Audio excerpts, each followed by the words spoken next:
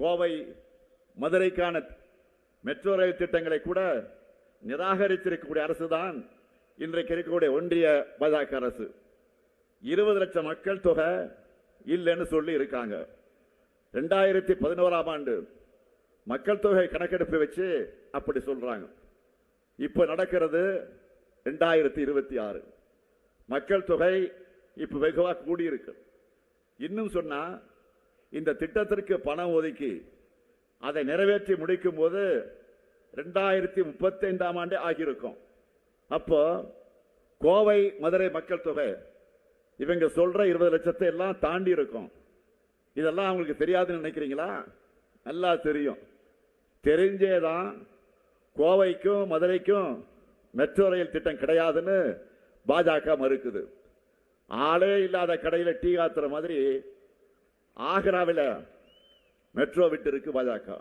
ஆக்ராவில் மெட்ரோ விட்டு இருக்கு. ஆக்ரா மக்கள் தொகை எவ்வளவு? 16 லட்சம் தான். ஆனா அங்க மெட்ரோவுக்கு அனுமதிக்கிறாங்க. இதே போலதான் பாட்னா, போகல் ஆகிய நகரங்களே அனுமதி தந்திருக்கிறாங்க. ஆனா கோவைக்கும் மதுரைக்கும் மறுக்க வேண்டிய அவசியம் என்ன? காரணம் என்ன? இந்த 2 நகரமும் தமிழ்நாட்டில் இருக்கிற காரணத்தால் தான். தமிழ்நாட்டை பார்த்தா பாஜகவுக்கு எப்படி தெரியுது? பாஜகவுக்கு வாக்களிக்காதது என்ன பாவ செய்யலாம்? கோவையை கைப்பற்ற வேண்டும் என்று பாஜக துடிக்குது. கோவை மக்களுக்கு இப்படி அநீதி இழைச்சிட்டு எந்த முகத்தோட நீங்க கோவைக்கு வரீங்க? தேர்தல் நேரத்தில் மட்டும் இவங்களுக்கு தமிழ்நாடு நினைவுக்கு வரும். ஒன்றிய பட்ஜெட் தயாரிக்கிற போது தமிழ்நாட்டை மொத்தமாக மறந்துடுவாங்க. இயற்கை பேரிடருக்கு நிவாரண நிதி தருகிற போது தமிழ்நாடு நினைவுக்கு வராது. இப்படியெல்லாம் நீங்க தமிழ்நாட்டை பழிவாங்குகிற காரணத்தால் தான் எங்க மக்களும் வாக்குச்சாவடிக்கு போகும்போது பாஜக நினைவுக்கு வராது. இனியும் வரக்கூடாது. நீங்க என்னதான் திட்டம் போட்டு எங்க வளர்ச்சியை தடுத்தாலும் என் மக்களுக்கான திட்டங்களை இந்த முத்துவேல் கருணாநிதி ஸ்டாலின் கொடுத்துக்கிட்டே இருப்பான். கோயம்புத்தூருக்கு பாரதிய ஜனதா கட்சி எதுவுமே செய்யல, நாங்க எதுவுமே செய்யல.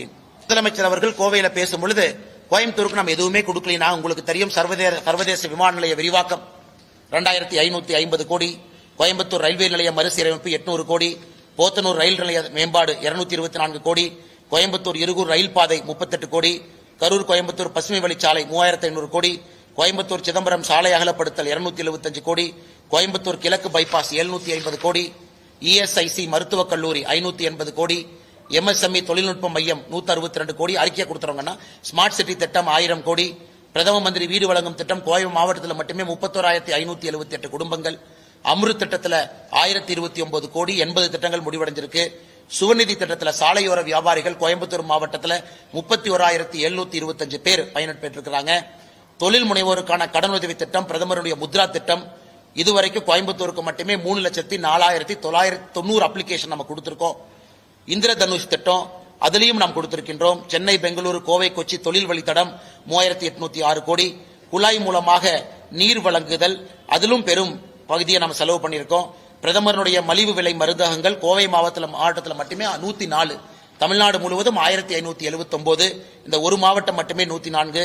ஜனனி சுரக்ஷா திட்டம் அதுல கோயம்புத்தூர்ல 12,497 பயனாளிகள் கர்ப்பிணிகள் குழந்தைகள் இருக்கிறாங்க.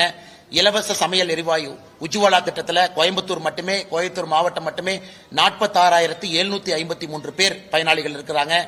கோயம்புத்தூர்ல சிறு குறு நிறுவனங்களுக்கு மட்டுமே கடனுதவியாக 2024-25 32,490 கோடி ரூபாய் கொடுத்திருக்கோம். பிரதமருடைய விவசாய கௌரவ நிதி கோயம்புத்தூர் விவசாயிகளுக்கு 228 கோடி. பிரதமருடைய சூரிய மின் திட்டம் கோயம்புத்தூர்ல மட்டுமே 7,984 வீடு. கோயம்புத்தூரில் வழங்கப்பட்ட ஆயுஷ்மான் காப்பீடு அட்டை 4,31,348 பேருக்கு 5 லட்சம் ரூபாய் இன்சூரன்ஸ் அட்டை கொடுத்திருக்கோம். 70 வயதுக்கு மேல இருக்கக்கூடிய, அதாவது அனைத்தும் ஃப்ரீயா இருக்கக்கூடிய ஆயுஷ்மான் திட்டம் கோயம்புத்தூர்ல மட்டுமே 28,550. கோயம்புத்தூர்ல மட்டுமே பிரதமருடைய திறன் வளர்ச்சி திட்டம் கோயம்புத்தூர்ல மட்டும் 207 பயிற்சி மையம் இருக்கு. இவ்வளவு விஷயங்கள் பாரதிய ஜனதா கட்சி கோயம்புத்தூருக்கு செய்திருக்கும் பொழுது எப்படி ஒரு மாநிலத்தினுடைய முதலமைச்சர் வாய்க்கூசாம கோயம்புத்தூர்ல மீட்டிங் போட்டு கோயம்புத்தூருக்கு நாம் எதுவுமே செய்யவில்லை என்கின்ற பொய்யையும் பரப்பிவிட்டு சென்றிருக்கின்றார்கள்.